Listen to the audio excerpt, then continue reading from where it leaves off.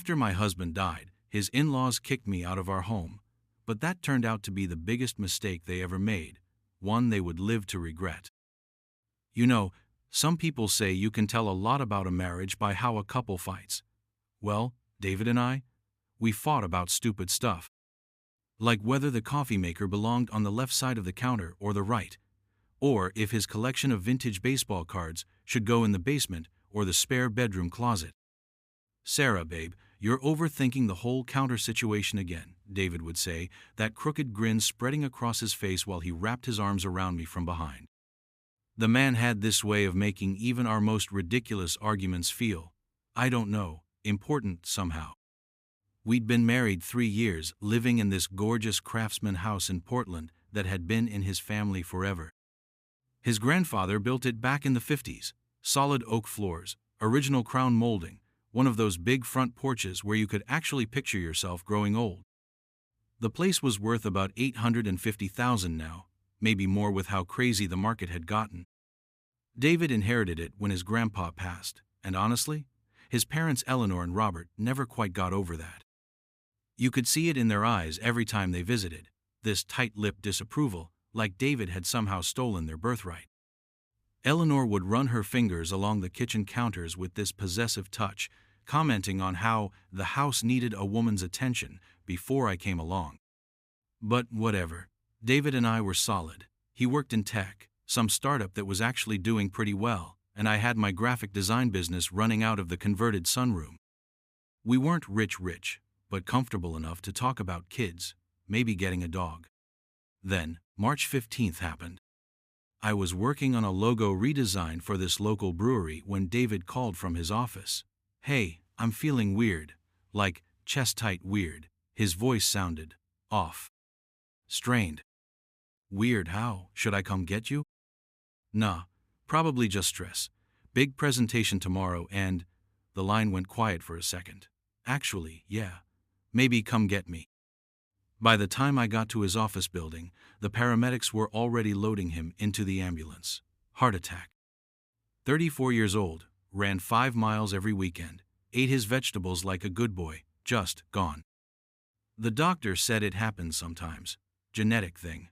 One of those cruel jokes life plays on people who think they're doing everything right. The funeral was one of those gray Portland days where the sky can't decide if it wants to rain or just threaten you with the possibility. Eleanor wore black, obviously, but this expensive-looking black that screamed, "Look how much I'm suffering." Robert stood next to her like a statue, shaking hands with everyone who came through the receiving line. Me? I felt like I was watching it all happen to someone else. "Sarah, dear," Eleanor's voice had this edge to it, even while she was supposedly comforting me. "You holding up all right?" "I'm managing," I said, which was a lie. I wasn't managing anything. Jessica had to remind me to eat breakfast that morning. Good. We'll need to talk soon. About arrangements." She glanced toward Robert, who gave this tiny nod. "Family matters, you understand." Family matters. Like I wasn't family. The thing about grief is it makes you paranoid, right? So when Robert pulled me aside after the service and started talking about David's affairs and getting things in order, I figured it was just normal estate stuff, paperwork, bills to pay. "Of course, the house will need to be dealt with eventually," he said, adjusting his tie. "It's been in the Mitchell family for generations." "What do you mean, dealt with?" "Well," he looked uncomfortable. "David never updated his will after you married. These things happen. Young people think they have all the time in the world." My stomach dropped. What does that mean exactly? "Nothing to worry about right now. We'll sort it all out." But his eyes said something different. His eyes said, I should definitely be worrying. Jessica drove me home that night. She kept glancing at me in the passenger seat, probably wondering if I was going to fall apart completely. "Those people are cold," she said finally. "I mean, I get that they're grieving too, but they've never liked me." I stared out the window at the familiar streets. Eleanor thinks I trapped David somehow, like he couldn't possibly have chosen me on his own. Well, now they're stuck with you as family, whether they like it or not. Except maybe I wasn't family after all. Maybe I was just some girl who'd been living in their house for 3 years, playing pretend. 3 weeks later, they showed up with a lawyer. I was still in my pajamas at 11 a.m. This had become my new normal, since sleeping was basically impossible and showering felt like climbing Mount Everest. The doorbell rang, and there they were. Eleanor, Robert, and this sharp-suited guy with a briefcase who introduced himself as Marcus Thompson. "We need to discuss the property situation," Marcus said, not bothering with pleasantries. "May we come in?" Eleanor was already pushing past me into my living room. Well, what I thought was my living room. "Sarah, honey," she said, settling into David's favorite armchair like she owned it. Which apparently she was about to tell me she did. "This is difficult for all of us, but we need to face reality." Marcus opened his briefcase with this precise, practiced motion. "Mrs. Mitchell, the younger Mrs. Mitchell, I've reviewed your late husband's estate documents. Unfortunately, his will was never updated to reflect his marriage to you." "What does that mean?" But I already knew. My hands were shaking. "It means," Robert said, his voice flat, "that David's assets revert to his next of kin, his parents. The house, specifically," Eleanor added, "returns to the Mitchell family estate, as it should." Marcus pulled out a document that looked official and terrifying. "You have 30 days to vacate the premises. I'm sorry, but legally, you have no claim to this property." 30 days. To leave the only home I'd known since marrying David, to pack up 3 years of memories, and go where exactly? "This is my home," I said, hating how small my voice sounded. "David and I lived here together. We were planning to start a family here." Eleanor's expression didn't change, but something flickered behind her eyes. "You were never really family, dear. Marriage certificates are just paper. Blood is what matters. 3 decades we've been waiting for this house to come back to the family where it belongs," Robert said. "David was supposed to understand that." "He did understand it," Eleanor continued. "Why else wouldn't he have changed his will? Deep down, he knew this house was meant for his real family." I wanted to scream. I wanted to throw something. Instead, I just stood there like an idiot while they dismantled my entire life with legal documents and casual cruelty. "I need to call my own lawyer," I managed. "Of course," Marcus said smoothly. "But I should warn you, contesting this will be expensive and ultimately futile. The law is quite clear in these matters." After they left, I sat on the floor of the kitchen where David used to make his terrible experimental omelets, and I cried until my throat was raw. Then I called Jessica. "They can't do this," she said when I explained. "There has to be something." "Apparently they can. I'm homeless, Jess." "How did I become homeless in 3 weeks?" "You're not homeless. My couch is your couch for as long as you need it." But it wasn't the same. It wasn't home. And Eleanor's words kept echoing. "You were never really family."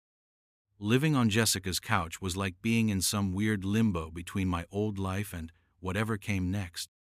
She'd leave for work, and I'd spend hours staring at the ceiling, trying to figure out how everything had gone so wrong so fast. The packing was the worst part.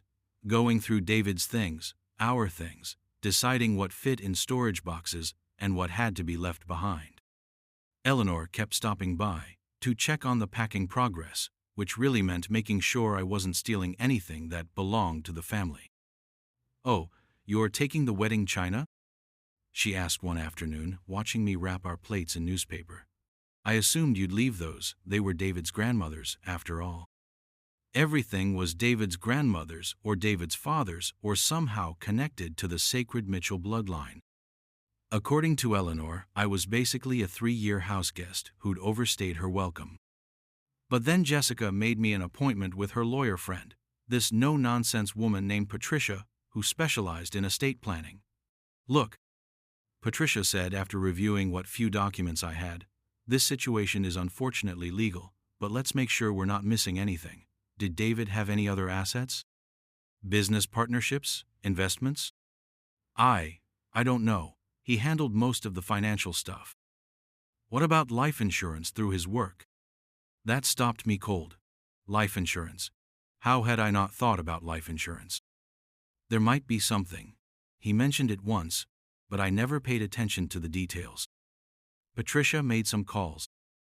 Turns out David's HR department had been trying to reach me for weeks, but I'd been so deep in grief fog that I'd ignored most phone calls that weren't from family or close friends. Mrs. Mitchell, this is Karen from Pinnacle Tech HR. We've been attempting to contact you regarding David's employee benefits.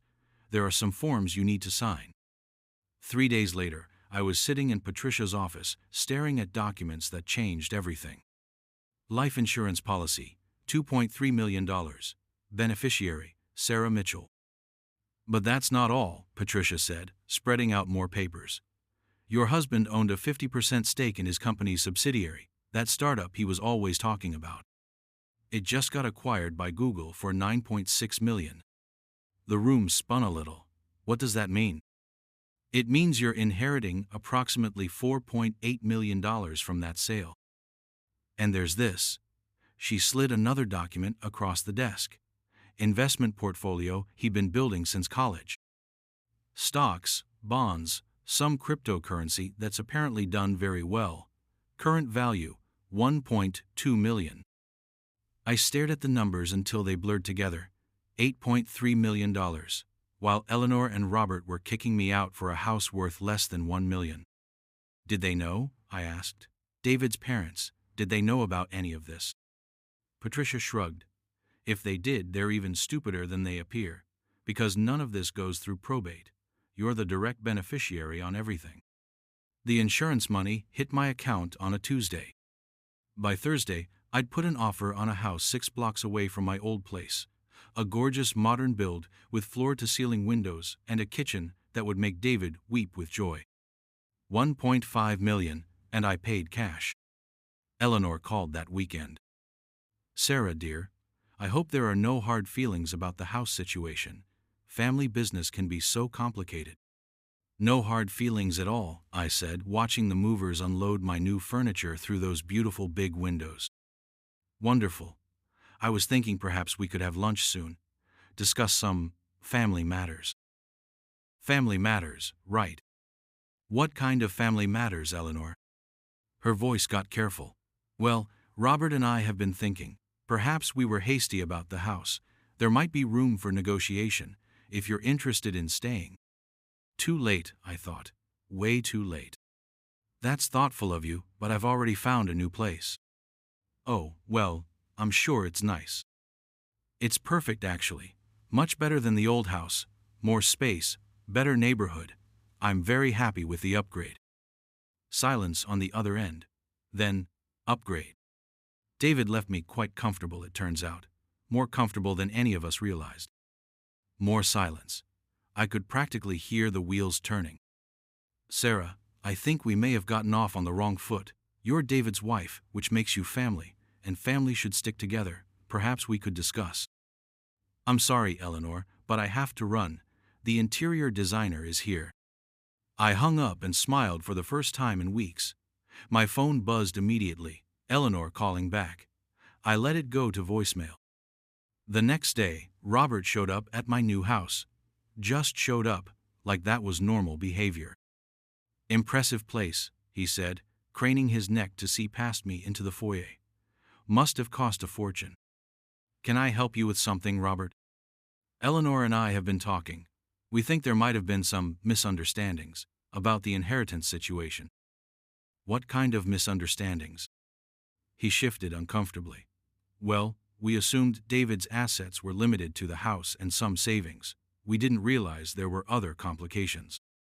Complications, like me inheriting millions while they got a house that needed a new roof and updated plumbing. David was very thorough with his planning, I said, just not in the way you expected. Look, Sarah, we know we handled things poorly, but we're family. We should be supporting each other during this difficult time. Family. Now I was family. You're absolutely right, Robert. Family should support each other, which is why it's so strange that you threw me out of my home 3 weeks after my husband died. His face flushed. We were following legal protocol. You were being cruel. There's a difference. 6 months later, Eleanor and Robert's house went into foreclosure. Turns out they'd been leveraging David's inheritance for years, taking out loans against the property value, making some spectacularly bad investment decisions. Without David's tech income helping to float their lifestyle, reality caught up fast. I found out through Jessica, who heard it from her realtor friend. They're asking $200,000 under market value. She told me over coffee, desperate to sell before it gets worse. Part of me, the part that remembered Eleanor's cold smile when she called me not really family, wanted to buy it just to watch their faces, but David wouldn't have wanted that. He'd loved his parents despite their flaws, and somewhere under all my anger, I still respected that. Instead, I did something better. I established the David Mitchell Memorial Foundation, focused on supporting young entrepreneurs in tech, the house I'd been kicked out of. I bought it at auction and turned it into a co-working space for startup founders who couldn't afford traditional office space. Eleanor called me the day the sale went through. "You bought our house." Her voice was flat, defeated. "I bought a house," I corrected. "The house you said belonged to the Mitchell family. Well, I'm a Mitchell too." "Sarah, please, we made mistakes. We were grieving, we weren't thinking clearly." "You were thinking very clearly, Eleanor. You just weren't thinking I mattered. We could work together now, pool our resources, help each other." "I am helping.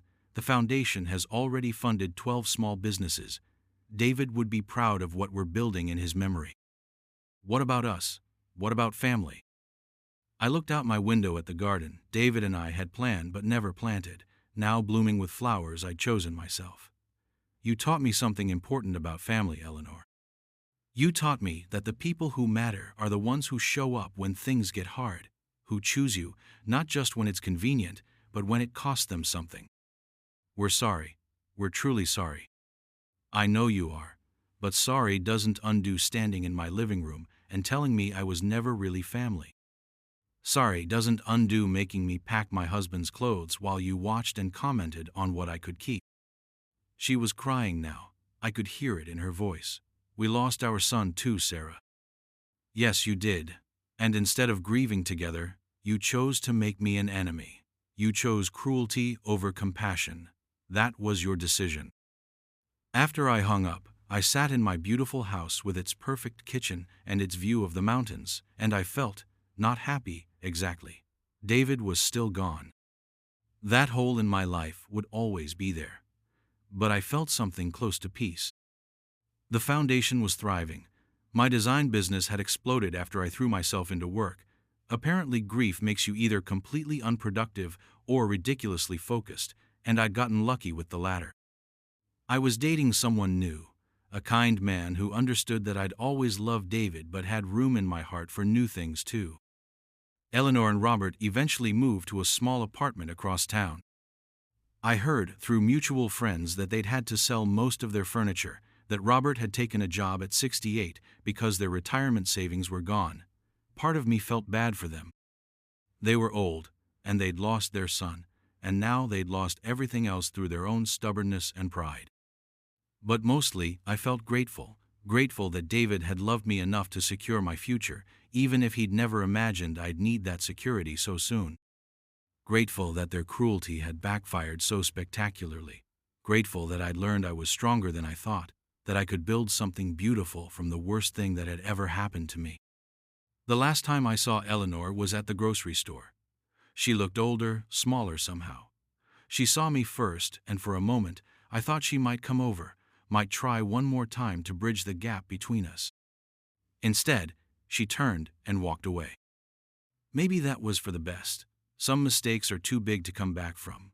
Some words, once spoken, can't be taken back. She'd made her choice when she decided I wasn't family. Now, she had to live with the consequences. Me? I went home to my beautiful house, to my thriving business, to the life I'd built from the ashes of the worst day of my life. I went home to the family I'd chosen: Jessica, who'd slept on her own couch so I could have the bed; Patricia, who'd fought for every dollar I was owed; the entrepreneurs I mentored through the foundation, who reminded me every day that David's legacy was about building things, not tearing them down. Eleanor was right about one thing: blood matters. But she was wrong about what kind of blood. The blood that matters isn't the kind you're born with. It's the kind you'd spill for each other. The kind that shows up. The kind that chooses you back. And I had plenty of that kind of family.